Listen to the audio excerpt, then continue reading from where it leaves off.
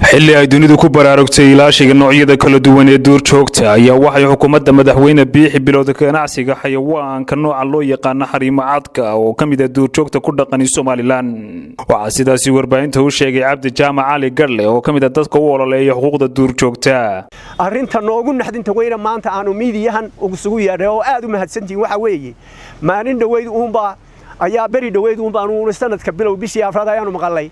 wasaaradda ayaa waxay wadaa mashruuc ah harimacado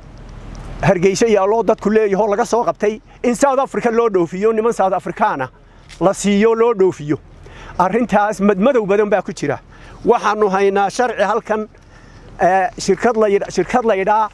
Aspenol oo Ingiriis ah sharci lala saxeexday oo ah 8 harimacad in loo dhoofiyo South Africa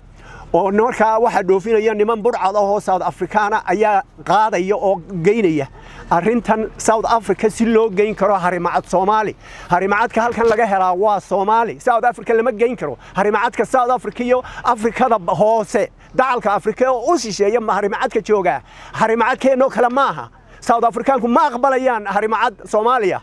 oo kala nooc waxaan isleenahay malaa bariga dhexe iyo Carabta iyo dhulka Aasiyaanka ayaa loo wadaa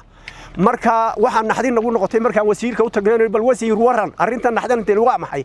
wasiirku wuxuu ma intuu arintaas waa jirtaa dawladda ay ka go'antay in 8 arimacad la dhoofiyo de sharciga waa kan 19 duurjoogtii lama taaban karo xageed ka martay wallahi adiga dawladdu bay u taala